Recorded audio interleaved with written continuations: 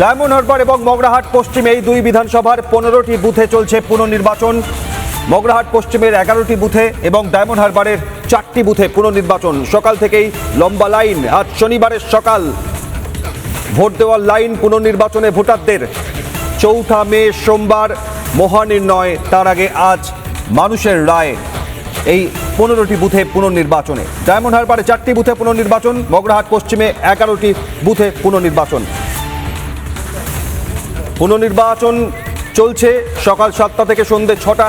11 ঘন্টা ধরে ভোট গ্রহণ পর্ব চলবে এবং এই 11টি বুথে 11 ঘন্টা ধরে ভোট গ্রহণ পর্ব চলবে। অবৈতনিক প্রাথমিক বিদ্যালয়, এইখানে এই বিদ্যালয়ের 3টি বুথ 230, 31, 32 এই 3টি বুথে কিন্তু সকাল থেকে ভোটার্সদের লাইন। তোমাকে প্রথমে দেখানোর চেষ্টা করব এই যে পোলিং বুথে আইটিবিপির জওয়ানরা এখানে দাঁড়িয়ে রয়েছেন। যারা ভোট দিতে আসছেন তাদেরকে ভোটার স্লিপ এবং আইডেন্টিটি কার্ড সহ চেক করে তবেই এখানে প্রবেশ করানো হচ্ছে।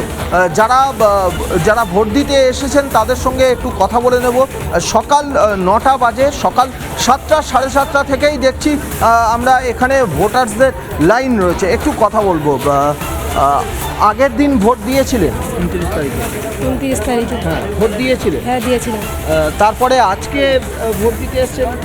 আজকে ফের বলছে নাকি ভোট হবে, ওই জন্য ফের এসেছি। ওদিন কি সমস্যা হয়েছিল আগের দিন? আমি তো জানি না, মানে আমি তো তাড়াতাড়ি দিয়ে চলে গেছি, পরে নাকি শুনছি নাকি ঝামেলা হচ্ছে।